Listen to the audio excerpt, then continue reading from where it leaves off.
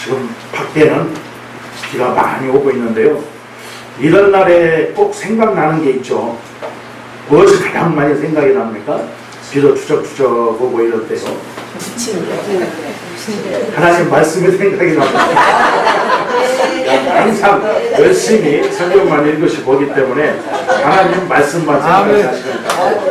그런데 제가 여기에서 요구했던 답변은 뭐냐면은 빈대떡입니다. 빈대떡 붙여놓고 아래 목에 앉으셔가지고 막걸리까지는 좀 옛날에 예수 믿기 전에는 또 그것도 가능했죠. 그런데 그런 것을 다 마다하지 않고 이 호구를 뚫고 여기까지 오셔가지고 이렇게 귀한 말씀을 접할 수 있도록 이 자리에 오신 여러분들이 바로 축복자들인 줄로 믿습니다. 이 세상에는요 많은 그 건축물들이 있습니다. 우리나라만 해도 또 63빌딩이 있고 지금 보니까 또 새로 세워진 어마어마하게 제일 높은 그 롯데 타워 또 그 위에도 많은 건축물들이 있죠. 또 세계적으로 보더라도 유명한 그런 건축물들이 많이 있다는 거예요. 그런데 이 세상에서 가장 귀하고 가장 비싼 건물은 뭐냐면은 오늘 본문에 나오는 성막이라는 겁니다. 이 모세와요 이스라엘 백성들이 애굽에서 400년 동안 그 노예 생활을 했지 않습니까? 노예 생활을 마치고 하나님의 은혜 가운데 출애굽을 하게 됩니다. 그래서 고센 땅을 출발을 해가지고 이스라엘 백성들이 홍해 바다를 건너고 이제 시내산에 도착을 하게 되었어요. 그래서 시내산에 도착을 했을 때 하나님께서는 모세에게 시내산으로 올라오라고 명령을 내리시죠. 그래서 명령을 내리실 때마다 모세는 시내산에 올라가게 됩니다. 그래서 모세가 우리가 출애굽기를 통해서 봤을 때 몇 번이나 시내산에 올라갔을까요? 신학교에서 강의를 할 때도 몇 번이나 시내산에 올라갔는가? 이거 질문을 꼭 해보면은 대개 나오는 답변이 한 번이에요. 십계명을 받으러 올라갔다고 한 번으로 생각하는 답변들이 많고 그 다음에 조금 더 깊게 생각하는 분들은 두 번, 세 번 이런 정도 답변이 나오거든요. 그런데 실질적으로는 모세가 시내산을 무려 8번을 오르락내리락 했다는 거예요. 우리나라에 지리산이 있잖아요. 지리산에서 가장 높은 산이 천왕봉이라고 하는데 그 높이가 얼마냐면은 1915m예요. 그런데 거기에 올라가서 인증샷을 하려고 그 2박 3일 동안 해서 여기 김종국 목사님도 계시지만 몇 년 전에 그 천왕봉을 한번 올라간 적이 있어요. 그런데 2박 3일 동안 그 천왕봉을 올라가는데 정말 얼마나 힘든지 죽다 살았어요. 죽다 살았는데 그런데 지리산 천왕봉이 1915m라고 하는데 지금 시내산은요 높이가 얼마나 되냐면은 2290m로 알고 있어요. 그러니까 지리산 천왕봉보다도 훨씬 높은 산이거든요. 그런데 이런 산을 여호와 하나님께서 명령하실 때마다 모세는 올라갔다가 내려가라면 내려가고 또 올라가면 올라오고 매일매일 했다는 거예요. 무려 8번을 등정을 한 것입니다. 그런데 오늘 본문에 나오는 이 말씀은 모세가 8번 올라가는 중에 5번째 올라갔을 때 이야기들을 말씀을 하고 있는 거예요. 사실 오늘 본문을 읽으시면서 그랬을 거예요. 1절을 보시게 되면은 청색, 자색, 공색실이 나오고 2절을 보시게 되면은 이 십기부심이 그리고 넘어가면 10절 같은 경우 보세요. 50을 달고 연락할 말복강에 50을 달고 또 돛 갈고리 50을 만들고 그 갈고리로 그것을 꿰매고 어찌고 이런 본문을 읽을 때 과연 여기에서 우리가 무슨 은혜를 받을 것인가, 여기에 무슨 진리가 숨어 있을 것인가, 그렇게 생각할 수도 있다는 겁니다. 그렇지만 오늘 본문 성막 덮개를 통하여서 여호와 하나님께서는요 우리들에게 놀라운 진리를 주시고 계시다는 겁니다. 그래서 일단 그 5번째 모세가 시내산에 등정을 했을 때 여호와 하나님께서는요 모세에게 이때 첫 번째 십계명을 주시는 거죠. 그리고 거기에 뭡니까? 성막을 지을 이 설계도, 자세한 그 설계도를 주시게 됩니다. 아멘. 그래서 그 설계도를 모세가 받아가지고 와가지고 40일 동안 떡도 먹지 아니하고 물도 마시지 아니하였다고 기록하고 있거든요. 이것은 뭐냐면 금식을 떠나서 물도 마시지 아니하였다고 했기 때문에 단식을 했다는 겁니다. 아멘. 40일 동안을 단식을 하면서 십계명을 받아서 내려온 것이고 이 성막의 설계도를 받아가지고 내려온 거예요. 아멘. 그래서 이스라엘 백성들에게 이제 명령을 하고 그 성막을 지어 나가는 이 과정을 말씀을 하고 있다는 거죠. 그 중에서 오늘은 본문은 성막 여러 성막의 기구들이 있지만 그 중에서 이 지붕을 덮고 있는 그 덮개, 이 덮개에 대해서 말씀을 드릴 건데 사실 이 성막의 덮개만 가지고도 강의를 한다고 하면은 최소한 또한 3시간 정도는 해야 이게 조금 해결이 돼요. 그런데 오늘은 하나님의 은혜로 완전히 엑기스만 추려가지고 최소한도 1시간 정도는 제가 하려고 합니다. 왜 그러냐면 이따가 7시에 또 예배가 있잖아요. 그러니까 기도하고 하니까요. 주시만 참석하셨다 하시지 말고 또 저녁에 삼계탕도 많이 준비를 하셨다고 해요. 그러니까 삼계탕도 드시려면 7시까지 하려면 시간이 많이 기다려야 돼요. 그러니까 앉아서 노닥거리더니 한 1시간 정도 좀 길지만 그렇게 말씀을 드리려고 하니까 마음을 활짝 열고 은혜 받는 귀한 시간이 되시기를 바라겠습니다. 자, 성막을 말씀을 드리게 되면은 성막은 어떻게 되어 있습니까? 처음에 울타리가 있죠. 그리고 그 울타리의 동쪽에 문이 하나가 있습니다. 이 문이 왜 동쪽에 있으며 왜 사방에 있으면 좋은데 왜 하나만 있는가? 여기에도 이 문에도 깊은 그 영적 비밀들이 가려져 있지만 이 시간에 그것까지 말씀드릴 수는 없고요. 일단 성막 문을 열고 들어가게 되면 첫 번째 보이는 게 뭡니까? 번제단이 보이죠. 네. 이 정도 제가 말씀을 드리면 조금 센스가 있으신 분들은 그 주보를 많이 볼 거예요. 그 주보의 그 뒷페이지에 제가 그 순서지 뒷면에 간략하게 이렇게 좀 이해할 정도만 해놨으니까요. 그 성막 제로에 있는 그 전체들을 보시게 되면은 딱 들어가게 되면은 번제단이 있어요. 그리고 번제단을 통과하게 되면은 거기에 뭐가 있습니까? 물두멍이 있습니다. 그리고 그 안에 건물이 있죠. 그게 뭡니까? 우리가 지금 이야기할 수 있는 교회로 볼 수 있는 거예요. 유형의 교회의 건물입니다. 이 교회 건물 성소라고 하죠. 여기에도 문이 있어요. 문을 딱 열고 들어가면은 딱 뭐가 보입니까? 정면으로 분향단이 보여요. 그리고 우측에 떡상이 있습니다. 그리고 좌측에는 뭡니까? 순금 등대, 완전히 금으로 만들어진 순금 등대가 딱 자리 잡고 있다는 거예요. 그리고 지성소 문을 열고 들어가면은 거기에 뭐가 있습니까? 법궤가 있어요. 아멘. 법궤에는 뭐가 있습니까? 십계명을 기록한 두 돌판, 그 다음에 아론의 산난 지팡이, 그 다음에 또 하나가 있죠. 뭡니까? 만나가 들어있는 항아리가 법궤에 이렇게 담겨져 있습니다. 이러한 성막은 먼저 말씀을 드리게 되면은 예수 그리스도를 상징한다는 거예요. 아멘. 여호와 하나님께서 우리를 만나주는 그 장소가 바로 이 성소라는 겁니다. 아멘. 지금의 교회를 이야기를 하는 것이죠. 아멘. 오늘 본문은요, 성막 중에서도 이 덮개에 대해서 이제 말씀을 드릴 건데, 이 시간에요, 성막을 덮고 있는 성막 덮개를 알아보면서 주님께서 이 시간에 다시 이렇게 비가 쏟아지는 중에도 그 폭우를 뚫고 여기까지 오신 여러분들에게 아멘. 향하시고 제가 말씀하시고자 하는 그 진리가 무엇인가를 함께 생각하면서 은혜 받는 귀한 시간이 되시길 바라겠습니다. 아멘. 이 성막 덮개에 대해서 말씀을 드리는데 이 성막 덮개는 4겹으로 되어 있어요. 하나, 둘, 셋, 넷. 4겹으로 되어 있는데 그 순서지에 그 이미지를 보게 되면요, 딱 성소에 들어갔을 때 가장 밑에 우리들이 보는 걸로 하면은 이 지붕을 이야기하기로 이 천장, 우리는 뭐 도배로 이렇게 해놓고 했지만은 이 부분을 이야기하는 거예요. 이걸 첫 번째 덮개라고 하는데 이 첫 번째 덮개는 청색, 자색, 홍색, 또 백색으로 된 가늘게꾼 배실로 만들어져 있습니다. 아멘. 그런데 청색, 여기 색깔 4가지가 나오잖아요.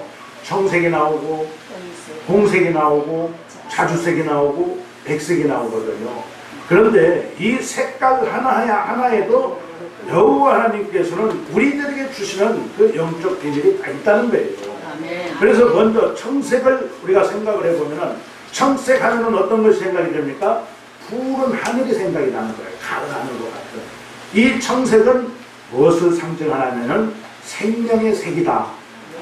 그렇게 이야기할 수가 있는 거예요. 그렇기 때문에 청색실은 무엇을 상징하냐면 생명이신 예수 그리스도를 상징을 한다는 거죠. 그 다음에 두 번째, 청색, 홍색이라고 그랬죠. 홍색은 뭐예요? 붉은색을 이야기하잖아요.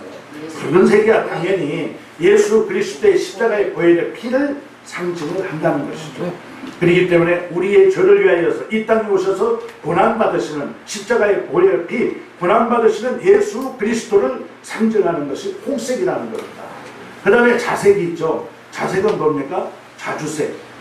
이건 어디에서 볼 수 있냐면은 우리들이 연속극, 사극을 보시게 되면은 왕들이 입는 옷 있잖아요.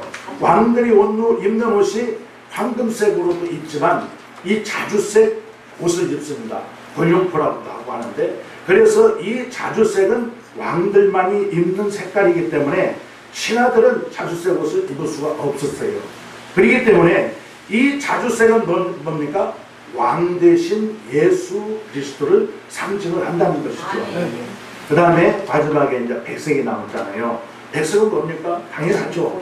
순결을 나타내는 거죠. 그렇기 때문에 흠과 티도 없으신 순결하신 예수 그리스도를 상징을 한다는 겁니다. 이처럼 첫 번째 덮개부터 홍색, 자색, 청색, 홍색, 자색, 백색, 이 모든 것들이 다 예수 그리스도를 상징한다는 것, 이것을 알 수가 있다는 거죠. 그 다음에 두 번째 덮개, 이제 첫 번째 덮개 다음에는 두 번째 덮개가 있지 않습니까? 두 번째 덮개는 뭘로 만들어졌습니까? 그 이미지에 보게 되면 염소털로 만들어졌다는 거예요. 그 다음에 세 번째 덮개는 뭡니까? 붓게 물들인 순양의 가죽으로 만들어졌고, 마지막 제일 위에 있는 이 마지막 덮개는 해갈의 가죽이라고도 그렇게 기록이 되어 있는데, 이것은 우리들이 쉽게 생각할 수 있는 게 물개를 생각해 보면 된다는 거예요. 물개라고 이야기할 수 있는데 마지막 덮개는 물개 가죽으로 만들어졌다는 거죠. 이제 지금까지는 뭐 간단하게 이제 말씀을 드렸는데, 자, 첫 번째, 두 번째, 세 번째, 네 번째 이 덮개를 하나하나 영적인 비밀은 무엇인가를 우리들이 한번 알아보면서 은혜받는 귀한 시간이 되시기를 바라겠습니다. 자, 첫 번째 덮개는 이제 우리들이 세마포 덮개라 그렇게도 이야기를 합니다. 그래서 오늘 본문 1절을 통하여서 기록을 하고 있는데, 자, 1절을 한번 보겠습니다. 너는 성막을 만들되 앙장 열폭을 가는개권 배실과 청색, 자색, 홍색 실로 그룹을 공교히 수놓아 만들지니라. 이렇게 말씀하십니다. 첫 번째 덮개는요, 4개의 덮개 중에서 가장 아래쪽에 있는 덮개라고 이야기를 할 수 있습니다.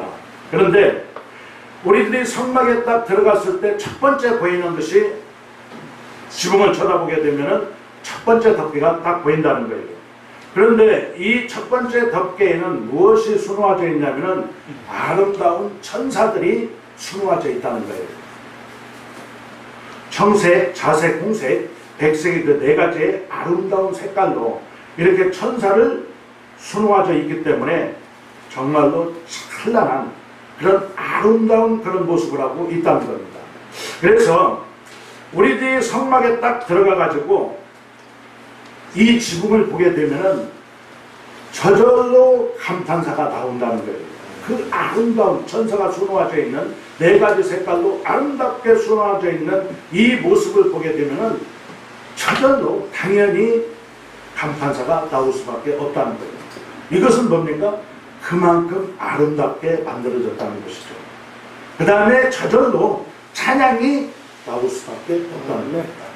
들어가면은 그냥 누가 얘기를 안 해도 와 하면서 정말로 멋있구나, 정말로 아름답구나, 이렇게 감탄사가 나올 수밖에 없다는 겁니다.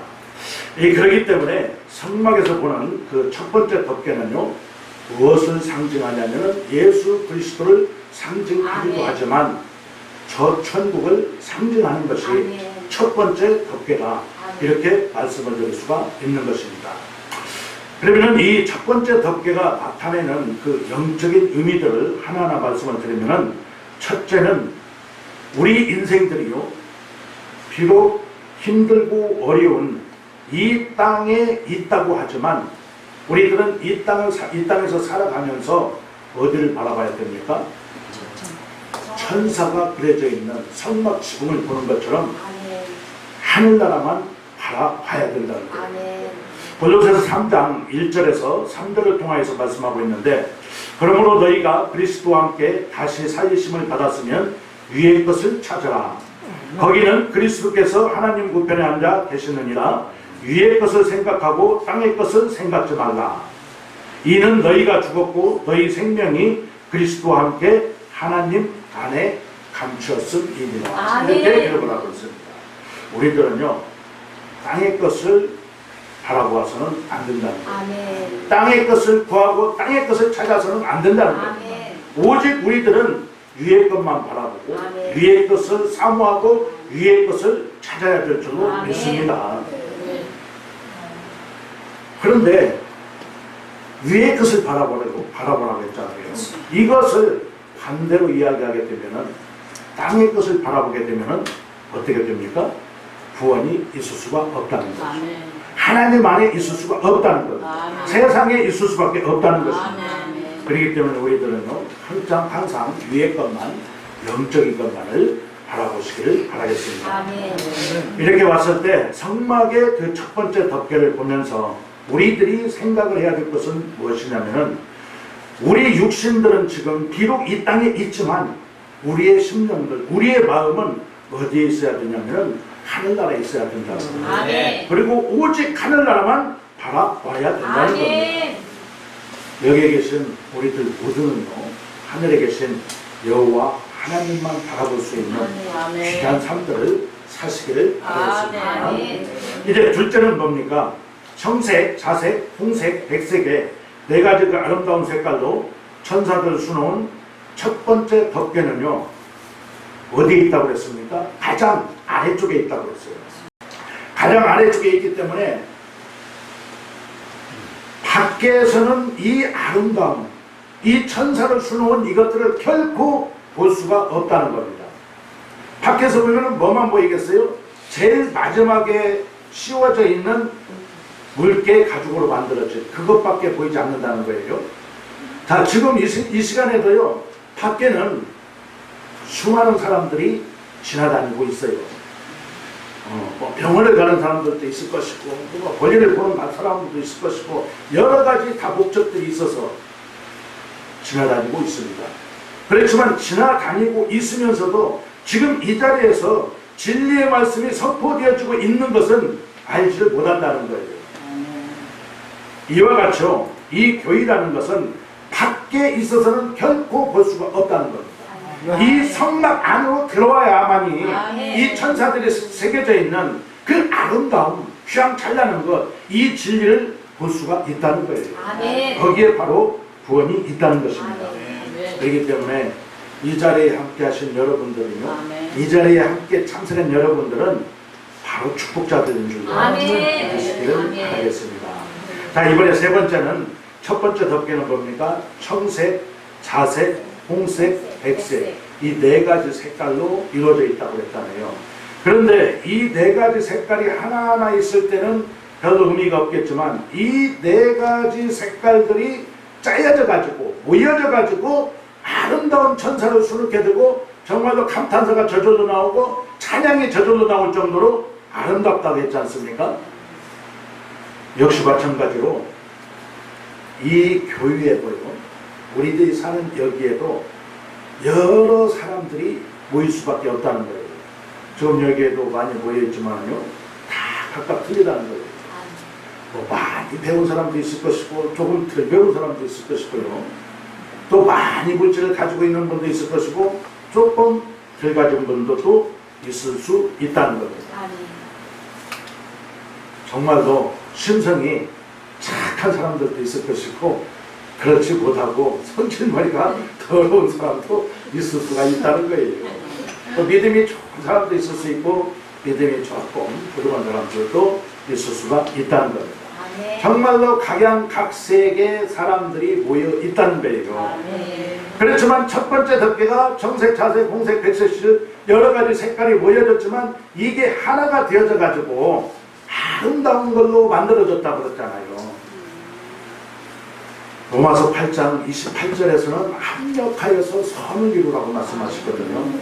여기는 각양각색의 각각의 사람들이 모여있지만 정색, 자색, 공색, 백색실이 모여서 아름다운 천사를 수놓고 거기에 휘황찬란했던 것처럼 우리들도 합력하였을 때 선을 이루어 나갈 수 있다는 것입니다. 그렇기 때문에 우리들은요, 시기하고 질투하고 상대방을 미워해서는 안 된다는 것입니다. 상대방을 사랑하고 상대방을 이해하고 상대방을 위해야 된다는 겁니다. 우리들이요, 시기하고 질투하고 합력하여서 선을 이루지 못할 때 거기에 틈타는 건 뭡니까? 당연히 악한 것들, 사탄마귀들이 틈탈 수밖에 없다는 거예요. 그러게 되면은 서로 분쟁이 생기게 되고 이 자리가 완전히 무너져 버릴 수밖에 없다는 겁니다. 그렇기 때문에 우리들은요, 항상 합력하여서 선을 이루어 나갈 수 있는 여러분들 모두가 되시기를 바라겠습니다. 이제 두 번째 덮개는 염소털로 만들어졌다고 그랬죠. 염소털로 만들어졌는데 출애굽기 26장 7절을 통하여서 말씀을 하고 있습니다. 7절 한번 보십니다. 그 상막을 덮는 막 곧 앙장을 염소털로 만들되 11폭으로 만들지나 이렇게 말씀하고 있습니다. 염소털로 만들려고 그랬죠. 하나님께서는 왜 이 두 번째 덮개를 염소털로 만들라고 하셨을까? 뭐 짐승 중에는요, 뭐 밍크도 있고, 그 여자분들 좋아하시는 밍크털, 뭡니까 코트, 막 1,000만원대가 넘나 이런 것들이 입고 있는데 밍크로도 만들 수 있고 토끼털로도 만들 수 있고 한데 왜 염소털로 만들라고 하셨을까? 우리가 레위기나 성경 역사를 통해서 보게 되면은 여호와 하나님께 제사를 지낼 때 양으로도 제사를 지내고 하지만 또 많이 드리는 게 염소로 제사를 많이 드립니다. 그리고 염소털은 따뜻한 그 보온제의 역할을 하는 것이 염소털이라는 것이에요. 그렇기 때문에 우리들은요, 염소털로 만든 두 번째 덮개는 뭡니까? 우리의 죄를 대신해서 우리의 십자가에 못 박혀 돌아가신 예수 그리스도를 상징을 한다는 겁니다. 이사야서 53장 5절 6절을 보시게 되면은 그가 찔림은 우리의 허물을 인하며 그가 상함은 우리의 죄악을 인함이라. 그가 징계를 받음으로 우리가 평화를 누리고 그가 채찍에 받음으로 우리가 나음을 입었도다. 우리는 다 양 같아서 그릇 행하여 각기 제 길로 갔거늘 여호와께서는 우리 모두의 죄악을 그에게 담당시키셨도다. 우리의 모든 죄를 짊어지시고 십자가상에서 못 박혀 돌아가신 예수 그리스도, 연한 양과 같은 예수 그리스도를 말씀을 하고 있습니다. 그렇기 때문에 우리들은요, 두 번째 덮개를 생각을 할 때마다 무엇을 생각을 해야 됩니까? 우리를 따뜻하게 보호해 주시고 인도해 주시는, 우리의 인도자 되시는, 보호해 주시는 예수 그리스도를 생각을 해야 된다는 거예요. 예수 그리스도께 우리는 감사를 해야 될 줄 믿습니다.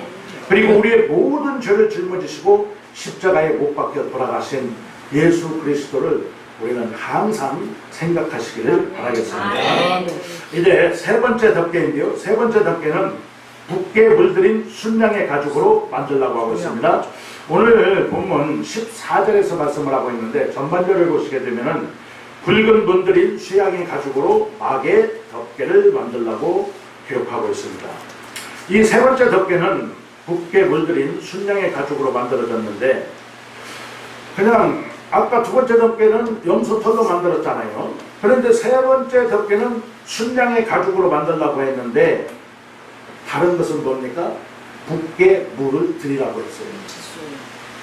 사실 지금 이스라엘 백성들이요, 성막을 지금 짓고 있는 데가 어디입니까?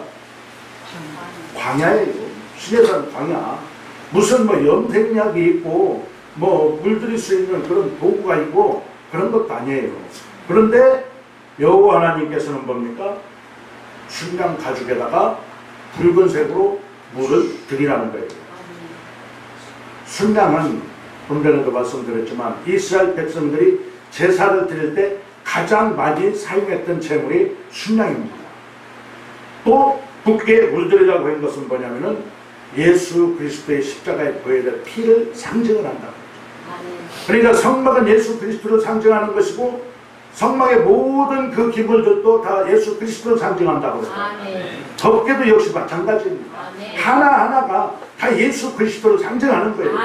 예수 그리스도의 십자가 보혈의 피를 상징을 한다는 거예요. 그러니까 단순히 순양 가죽으로만 덮는 것이 아니고 예수 그리스도 피로 덧입음을 받으라는 겁니다. 지금 이 성막을 지으라고 명령하고 있는 이때가 언제예요? 구약시대에 출애굽 시대잖아요. 그런데 이 출애굽 시대에 여호와 하나님께서는 이스라엘 백성들에게 앞으로 우리들의 죄를 대신 짊어지시고 십자가에 못 박혀 돌아가실 어린 양으로 오실 예수 그리스도를 미리 지금 보여주고 계시다는 거예요. 이런 놀라운 여호와 하나님, 이런 여호와 하나님을 믿는 여러분들은 정말로 축복자인들도 그렇습니다. 하나님께서는요, 창세기를 통하여서 아담과 하와를 창조해 주시고 에덴 동산을 이제 선물로 주시면서 동산 중앙에 있는 선악을 알게 하는 나무는 먹지 말라고 그랬잖아요. 네. 그랬는데 어떻게 했습니까? 하나님의 명령을 어기고 선악과를 먹었잖아요. 먹었을 때 선악을 알게 되고 수치스러운 걸 알게 됐잖아요. 그랬을 때 아담과 하와가 어떻게 했습니까? 자기들이 완전히 알몸인 것을 알게 되었잖아요. 그래서 어떻게 했어요? 무화과 나뭇잎을 따서 가렸다고 했습니다. 그런데 이 무화과 나뭇잎이 햇빛만 좀 쪼이면 어떻게 돼요? 말도 비틀어져 버려가지고 수치스러운 것이 다 보이게 되는 거예요. 그래서 하나님께서는 내 사랑하는 백성들이 그런 수치스러운 모습을 보이는 게 결코 좋지 않아서 어떻게 해주셨어요? 가죽으로 만들어서 가죽옷을 입혀주셨어요. 자, 여기에서 가죽옷을 만들려면 가죽이 필요한 거예요. 그러면 가죽을 만들기 위해서는 뭐가 필요합니까? 뭐 염소가 됐든 양이 됐든 뭐가 됐든 가죽, 그 짐승이 필요하다는 겁니다. 그렇기 때문에 인간의 죄로 인해서 그 수치스러운 것을 가리기 위하여서는 가죽옷이 필요한데 그 가죽옷을 얻기 위해서는 뭡니까? 누군가가 희생이 돼야 된다는 거죠. 어떤 동물이든 희생이 될 수밖에 없다는 겁니다. 한 생명이 희생될 수밖에 없다는 거예요. 그런데 로마서 3장 10절을 통하여서는 의인은 없나니 하나도 없다고 말씀하시거든요. 그렇기 때문에 우리들은요 모두가 다 죄인이라는 겁니다. 죄인이기 때문에 우리들도 그 죄사함을 받기 위해서는 예수 그리스도의 보혈의 피밖에 없다는 거예요. 이 세 번째 덮개를 통하여서 우리는 깨달아야 될 줄로 믿습니다. 우리들은 당연히 천국에 가야 되죠. 천국에 가야 되는데 천국을 가기 위해서는 무엇을 가지고 가야 됩니까?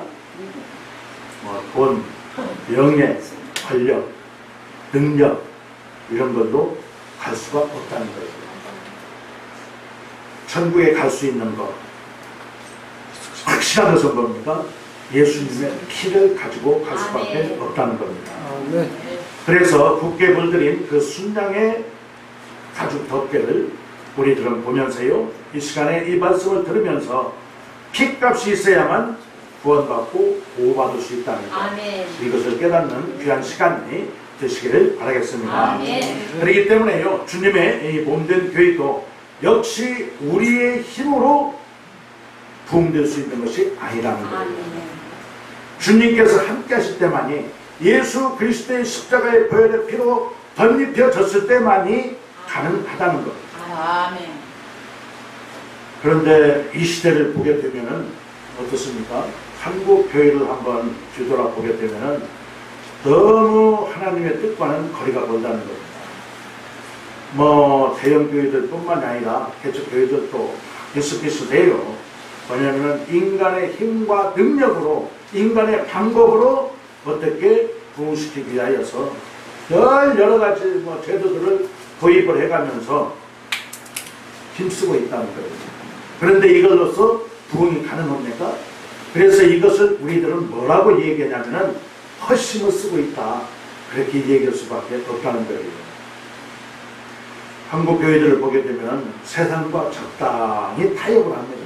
적당히 타협을 하고 또 세상적인 그런 방법들을 들여오고 또 더 나아가서는 사회적으로 이 교회가 힘이 있어야 된다고 하면서 교회들이 힘을 키우기 위해서 엉뚱한 그런 일들을 하고 있는 게 우리 한국 교회의 현실이 아닌가 이렇게 생각을 해볼 수 있다는 겁니다. 제가요 신학할 때 그때 이제 강도사로 그렇게 사역자로 섬기고 있었는데 신학 공부를 하면서 그때 얼마나 막 충만할 때입니까?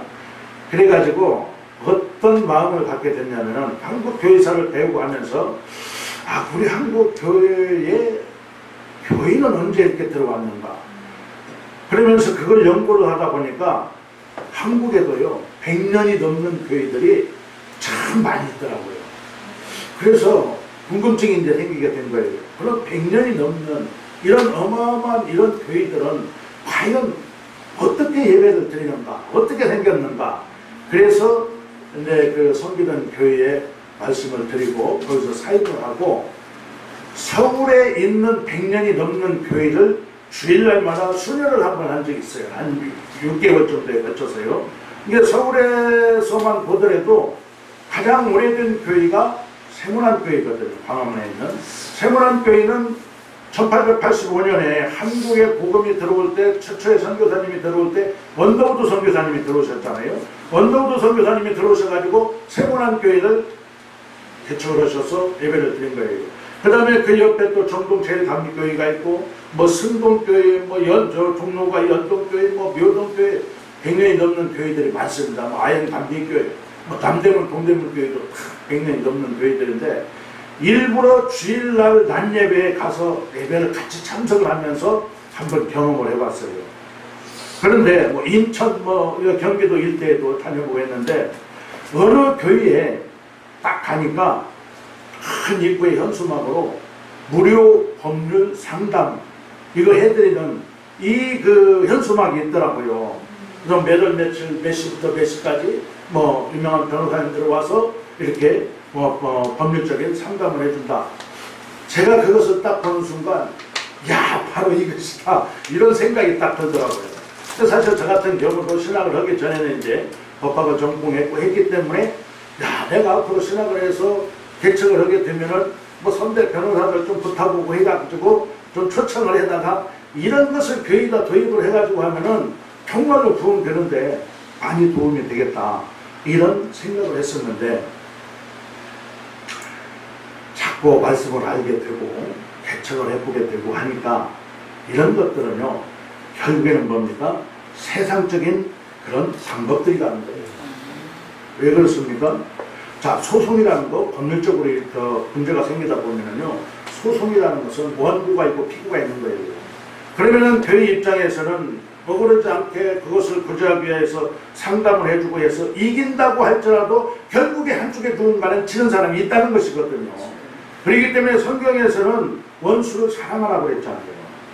그렇기 때문에 우리 성도이기 때문에 그걸 어떻게 해서든지 막 이기게 하기 위하여서 상대방을 억울하고 힘들어하는데도 이런 것들 이건 결국에 세상적인 방법이구나.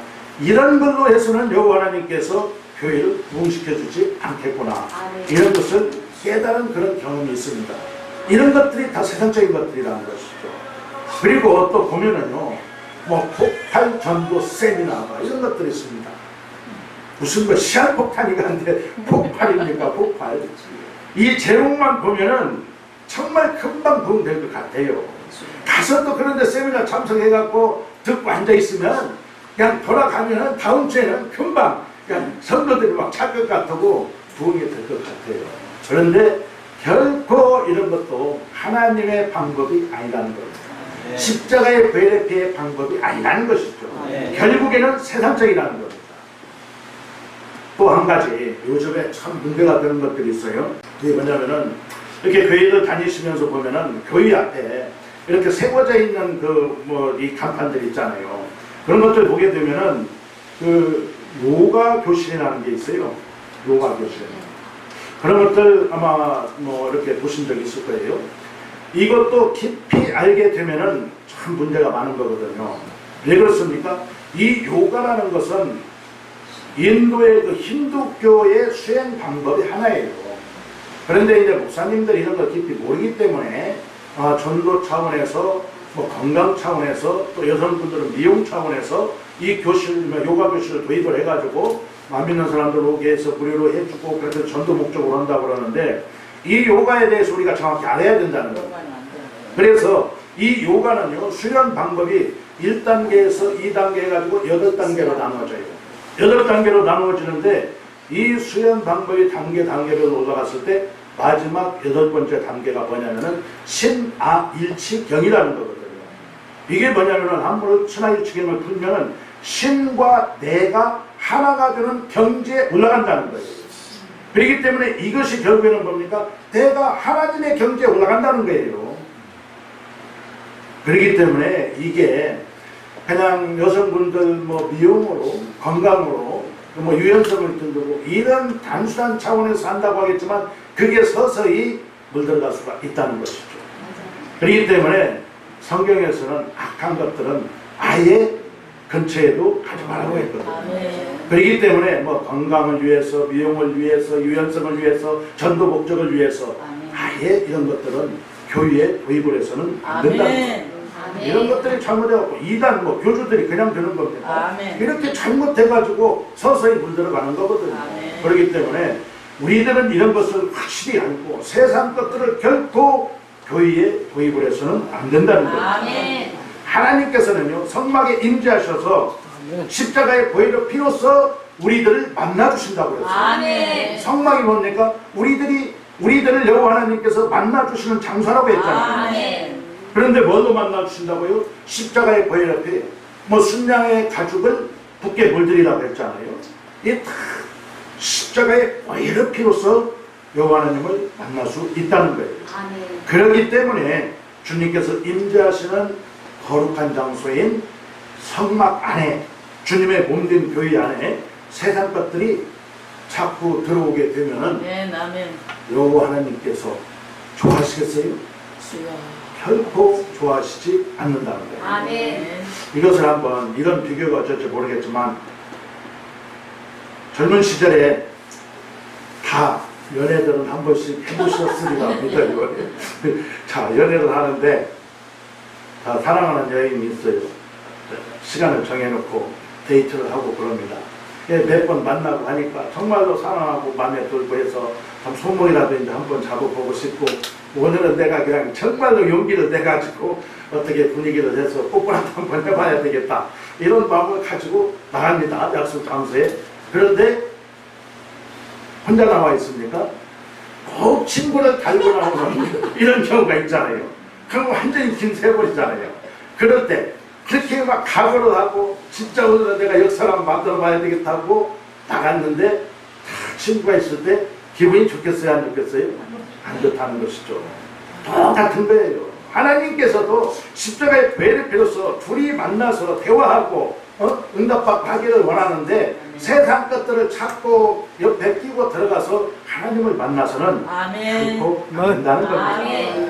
그렇기 때문에 우리들은요, 붓게 물들인 그 순양의 가죽으로 만들어진 그 세 번째 덮개를 보면서 주님의 몸된 교회와 연약한 나를 보호해 줄 수 있는 분은 오직한 분, 여호와 하나님밖에 없다는 것, 십자가의 보혈의 피밖에 없다는 것을 생각하면서 예수 그리스도만 의지하시기를 바라겠습니다.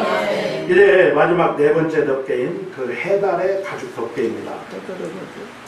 오늘 본문 14절에서 말씀하시죠. 후반절에 하반절에 기록하고 있는데, 해달의 가죽으로 그 옷덮개를 만들지니라, 이렇게 기록하고 있습니다. 해달은 말씀드린 것과 같이 물개를 이야기를 한다고 했거든요. 이 물개를 방송에서 이렇게 보시기도 했겠지만, 이 물개를 보게 되면은 육지로 나와서도 살지만 거의 물속에서 많이 살거든요. 그러면서 고기들을 많이 잡아먹고 그러기 때문에 이 물개 가죽은 아주 단단하다고 해요. 질기다고 해요. 그렇기 때문에 질기기 때문에 성막도 제일 위에 만들기가 좋겠죠. 그리고 또 뭡니까? 이 물속에서 살기 때문에 물개들이 물속에 막 수영을 하고 나와가지고 한번 털어버리면은 이게 물개가 그냥 깔끔해지는 것을 볼 수 있어요. 이게 뭐냐면은 방수성이 강하다는 거예요. 아멘. 그렇기 때문에 참 여호와 하나님의 일하시는 모습은 얼마나 놀랍습니까? 이 마지막 덮개를 덮으려면은 지금같이 오늘같이 이렇게 비가 오는 날에 이 방수가 잘 돼야 되는 거예요. 아멘. 우리 옥상에도 방수가 잘 안 되면 물이 질질 새버리잖아요. 그렇기 때문에 물개 가죽으로 마지막에 이렇게 만들어 놓으신 겁니다. 이 물개 가죽은 그 당시에는 이 방수가 잘 되고 질기기 때문에 또 어디에 사용이 되었냐면은 가죽신을 만드는데 사용이 되었다는 거예요. 그 당시에 중동 사람들이 가죽신을 신고 다녔잖아요. 그 가죽신을 만드는데 이 물개 가죽이 사용이 되었다는 겁니다. 이것이 일단 이제 저녁 시간에 이 신발을 만들어서 신어야 될 그 광야 척박한 땅에서 막 자갈밭에서 신발을 만들어서 신어야 되는데 여호와 하나님께서 드리라고 할 때 저녁 시간에 말씀드리겠지만 그것을 다 드립니다. 그랬을 때 여호와 하나님께서는 이제 36장 7절을 통하여서 넉넉하여서 쓰고도 남음이 있었더라 라는 이런 놀라운 축복을 이제 부어주시거든요. 어찌됐든 이 물개 가죽은 가죽신을 만드는데 또 사용이 된 게 물개 가죽이에요. 이 마지막 덮개는요 제일 위쪽에 있기 때문에 그 광야에 그 내리쬐는 태양을 막아줘야 되는 거예요. 그 안에 있는 백성들, 여러 백성들을 보호해 줘야 된다는 거예요. 그런데 이 물개 가죽의 생김새는 어떻게 생겼습니까? 아까 첫 번째 덮개처럼요 청색, 자색, 홍색, 백색으로 아름답게 막 쏟아져 가지고 멋있게 생겼습니까? 물개 가죽들 봤을 때는요 그냥 칙칙하고 거무튀튀하고 정말로 미적으로는 빵점인 게 물개 가죽이에요. 그런데 성소 내부는 어떻습니까? 안에는 휘황찬란하고 아름답고 감탄사가 절로 나오고 찬양이 절로 나올 정도로 아름답다고 했잖아요. 성소에 들어가면은 우측에 생명의 떡이 딱 준비되어 있습니다. 좌측에는 순금으로 만들어진 등대, 7등대가 있는데 거기에는 불이 꺼져서는 안 돼요. 24시간 불이 환하게 밝혀져 있는 거예요. 정면에 분향단이 있습니다. 법궤가 있습니다. 완전히 금칠해진 법궤가 있어요. 성막의 내부 벽은 전부 금칠로 되어 있습니다. 그렇기 때문에 성소에 딱 들어가게 되면 휘황찬란하고 번쩍번쩍하고 정말로 멋있고 아름답다는 거예요. 그런데 밖에서 성막을 쳐다보게 되면 뭐만 보입니까? 물개 가죽만 보이는 거예요. 근데 물개 가죽이 어떻게 생겼다고요? 모양새가 이쁘게 생겼다고 그랬어요. 거무튀튀하고 거무죽죽하고 저부터 아름답지 않은 형용사만 다 동원시켜서 거기에 써도 받을 정도로 정말로 볼품이 없는 것이 마지막 덮개라는 것이죠. 이렇게 봤을 때 성소 밖에서 봤을 때는 거무튀튀하고 볼품 없는 해달 가죽만 보일 수밖에 없다는 거예요. 이 아름다운 것을 보기 위해서는 어떻게 해야 된다고요? 성막 안으로, 주님의 몸된 교회 안으로 들어올 수밖에 없다는 겁니다. 예수 그리스도께서도 우리가 겉으로 봤을 때는 정말로 힘이 없고 연약하고 볼 거 없잖아요. 그런데 그 내면으로 들어가게 되면은 만왕의 왕이시고 능치 못하신 일 없으시고 우리의 모든 것들을 주관하시고 인도해 주시고 보호해 주시는 능치 못하신 일 없으신 여호와 하나님이시라는 거예요. 아멘. 그런데 겉은 사실 힘이 없어 보이고 연약해 보이시고 그렇다는 것이죠. 그래서 이사야서 53장 2절을 통하여서 이렇게 정확히 말씀을 하고 계시는데 이사야서 53장 2절을 보시게 되면 그는 주 앞에서 자라나기를 연한 순 같고 마른 땅에서 나온 뿌리 같아서 고운 모양도 없고 풍채도 없은즉 우리가 보기에 흠모할 만한 아름다운 것이 없도다. 이게 예수 그리스도의 아멘. 외적인 모습을 아멘. 이야기를 하고 있다는 겁니다. 아멘. 우리 교회의 성도들도요, 세상적인 눈으로 보게 되면은 볼품이 없어요. 힘이 없어 보이고, 재미도 없어 보이고, 연약해 보이고, 그렇잖아요. 교회에서는 뭐라고 합니까? 원수를 사랑하라고 하잖아요. 미워 죽겠는데 사랑하라고 합니다. 교회에서는, 성경에서는. 그리고 뭐니 해도 머니가 최고라고, 돈도 많이 좀 있어야 되는데 돈은 일만하게 뿌리라고 성경에서는 가르치잖아요. 나는 군자 대로행이라고 큰 길로 그냥 가고 싶고 달려가고 싶은데 성경에서는 좁은 길로 가라고 그렇게 말씀을 하십니다. 아멘. 명예도 없고 권세도 없고 해서 높은 자리에서 떵떵거리며 살고 싶지만 성경에서는 뭐라고 해요? 낮은 자리에 있으라고 말씀하신다고. 아멘. 이렇게 봤을 때 세상 눈으로 보면은 여기에 매력이 있겠어요? 누가 올라오라 안 하죠. 몸만 보인다고요. 밖에서 보면은 거무튀튀하고 거무죽죽하고 볼품 없는 해달의 가족밖에 안 보인다는 거예요. 그런데 안에 들어왔을 때는 뭡니까? 세상을 밝히는 파란 등불이 24시간 밝히고 있다고 그랬잖아요. 아멘. 또 우측에는 생명의 떡상이 기다리고 있다고 그랬습니다. 아멘. 법계에는 비밀이 감춰져 있다고 말씀을 하고 있습니다. 그렇기 때문에 우리들은요, 참 진리를 깨닫고 참 진리를 발견하고 그 진리대로 살기 위하여서 어떻게 해야 됩니까? 교회 안으로, 예수 그리스도 안으로 들어와야 될 줄로 믿습니다. 아멘. 큰 교회 다닌다고, 유명한 교회를 다닌다고 허세 보이는 거죠. 그것은 뭡니까? 큰 교회를 다닌다고 믿음이 같이 커지는 것은 아니라는 거죠. 큰 교회, 대형 교회에 목회를 한다고 해서 그 목사님이 큰 목사님이 되는 것은 결코 아니라는 것이죠. 주님께서는 외모를 중시하지 않으신다고 말씀하고 있습니다. 내면의 영적 상태를 정말로 중요하시는 여호와 하나님이신 줄 믿으시기를 바라겠습니다. 그렇기 때문에 우리 내면의 영적 상태가 네 가지의 덮개 중에서 제일 마지막에 있는 청색, 자색, 홍색실과 가늘게꾼, 배실로 짜여진 그 천사들을 수놓아진 아름다운 그런 덮개처럼요, 우리들의 믿음이 아름다워져야 된다는 거예요. 아멘. 제가 신학을 막 시작을 했을 때 이제 중고등부 때 제 바로 1년 후배가 되는 그 후배 동생이 이제 지방에 있는데 이제 올라와서 만나게 됐어요. 만나서 이런저런 이야기를 하면서 그 동생이 이야기를 하는 게 이제 신학을 한다고 하니까 참 해가 서쪽에서 뜨겠다고 그러면서 한마디 하는 게 뭐냐면, 형님 목회를 하게 되면 앞으로 십자가 목회를 하세요. 그런 이야기를 당부를 하는 거예요. 그래서 이제 이런저런 이야기를 들어보니까 뭡니까?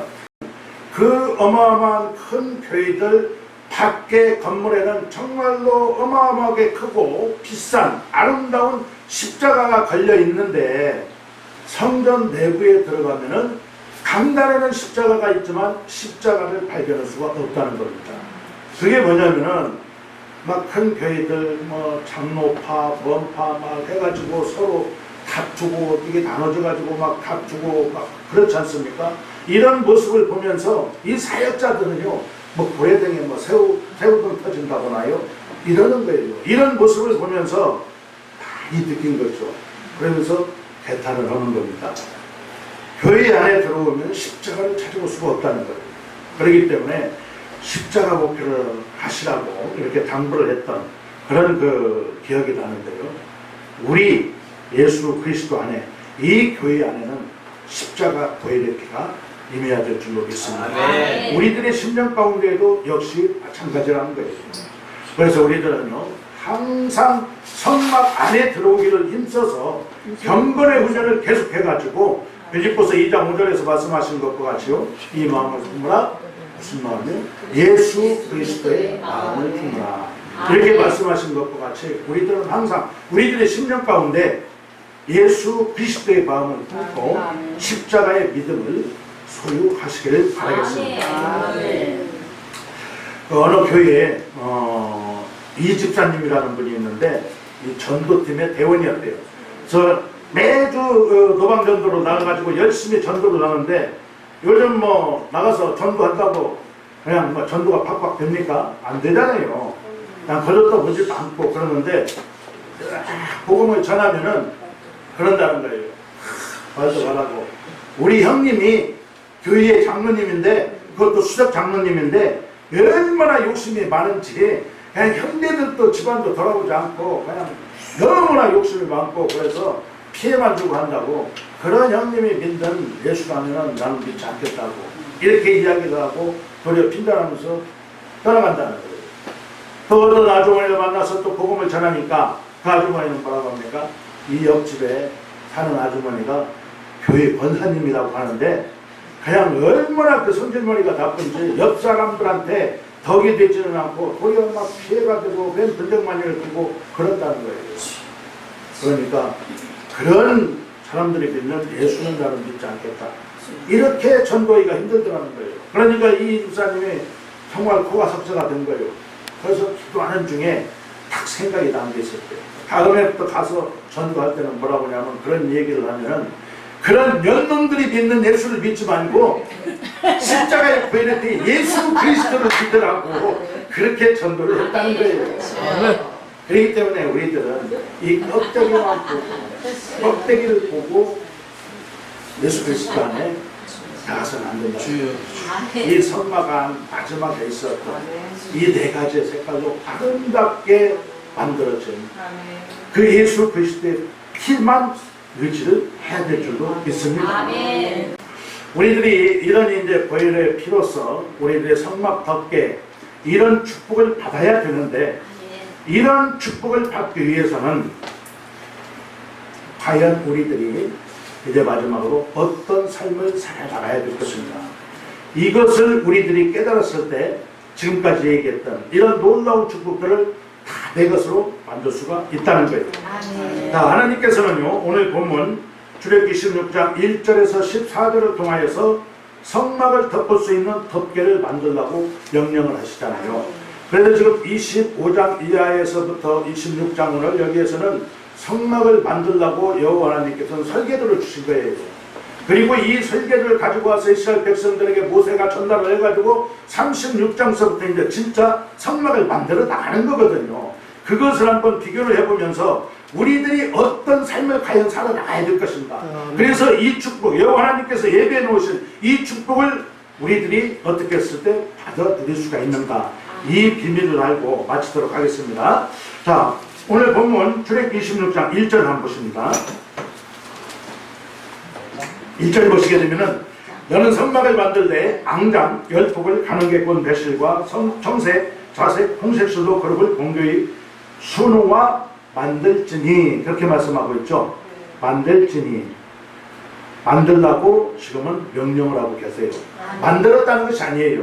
자, 이렇게 해서 백성들에게 가서 명령해갖고 이렇게 만들어라 하나님께서 말씀을 하고 계시는 거예요.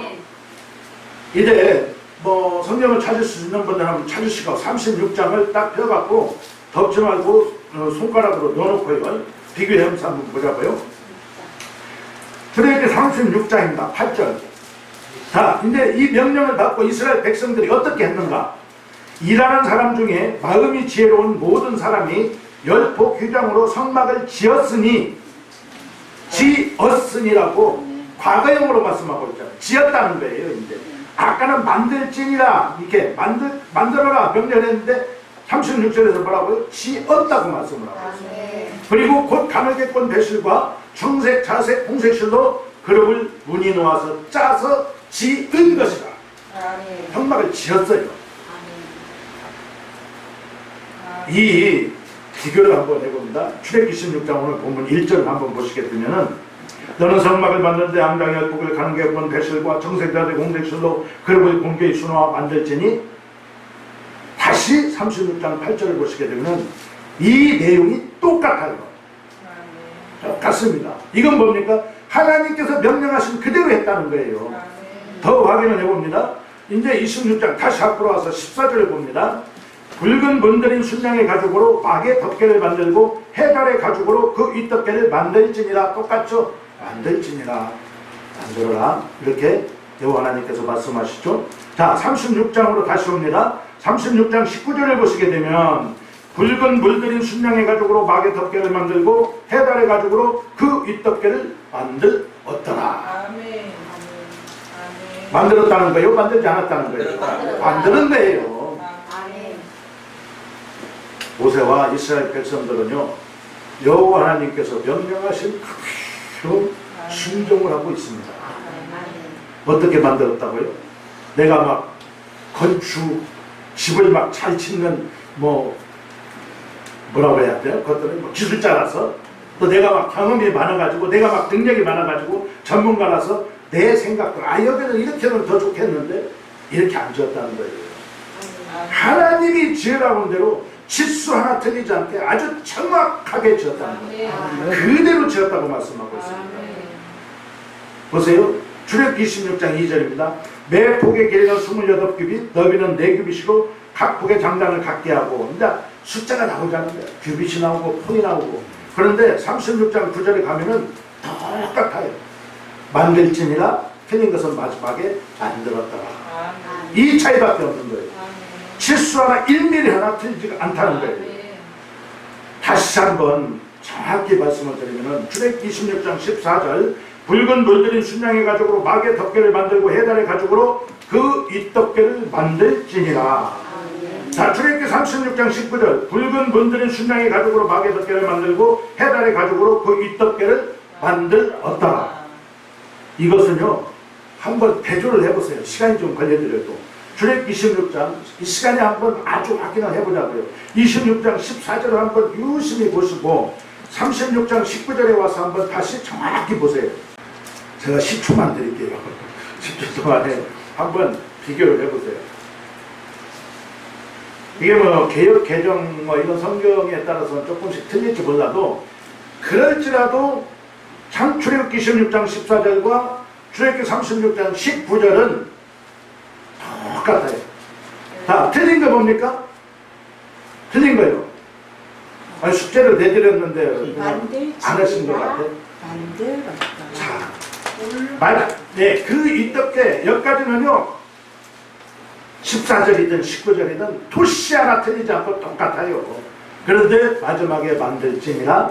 마지막에 만들었습니다. 이 차이라는 거예요. 이게 아무것도 아닌 것 같지만 이게 복받는 비결이라는 거예요. 하나님께서 명령하신 그대로 만들었다는 거예요. 내 생각 하나가 개입되지 않았다는 겁니다. 여호와 하나님께서 명령하신 그대로 만들었더니 어떻게 됐습니까? 성막 덮개 축복이 임하게 된다는 겁니다. 그래서 저녁에 말씀드릴 출애굽기 36장 7절에서 말씀하고 있는 넉넉하여서 쓰고도 남음이 있었다. 이런 축복 받으면 끝이지 않습니까? 더 이상 바랄 게 뭐가 있겠습니까? 자, 이제 하나님께서는요, 지금 이 순간에도 여러분들과 저에게 하나님을 만들 수 있는 성막을 지으라고 명령을 하고 계세요. 다 모세를 통하여서 이스라엘 백성들에게 성막을 지으라고 명령했을 때 그대로 지었지 않습니까? 지금 이 순간을 살고 있는, 이 시대를 살고 있는 우리들에게도 여호와 하나님께서는 똑같이 명령을 하신다는 거예요. 그 성막을 우리들이 지어나갈 때 쉽지만은 않다는 겁니다. 때로는 힘들 때도 있고 어려울 때도 있고 포기하고 싶을 때도 있고 좌절될 때도 있다는 거예요. 그렇지만 인내하면서 이스라엘 백성들이 성막을 짓는 데가 어디라고요? 시내산 광야라고 그랬어요. 아무것도 없는 데예요. 그런 가운데에서도 저에게 이제 어떻게 만들어지는가 말씀이 나오겠지만 인내했다는 거예요. 끝까지 참고 견뎠다는 겁니다. 그 성막을 지어갔을 때 껍데기는 정말로 그럴 것이 없고 세상 사람들이 볼 때는 나약해 보이고 재미도 없어 보이고 힘도 없어 보이고 아무것도 아닌 것 같아 보일지라도 내적으로 들어오게 되면은요, 가장 화려하고 가장 아름답고 가장 능력이 있고 가장 뷰티풀하고 가장 찬란하고 같은 아름다운 모든 형용사를 다 동원해서 표현을 해도 부족함이 없다는 겁니다. 아멘. 이게 예수 그리스도를 나의 구주로 믿는 주님의 자녀들에게 주시는 그 성막법계 축복이라는 겁니다. 아멘. 이런 놀라운 축복들을 여러분들에게 비오는 가운데에서도 여기까지 이렇게 오신 여러분들에게, 이 말씀을 듣는 여러분들에게 부어주실 줄로 믿습니다. 아멘. 이런 축복을 받아 누리시기를 주님의 이름으로 축원합니다. 아멘. 기도드리겠습니다.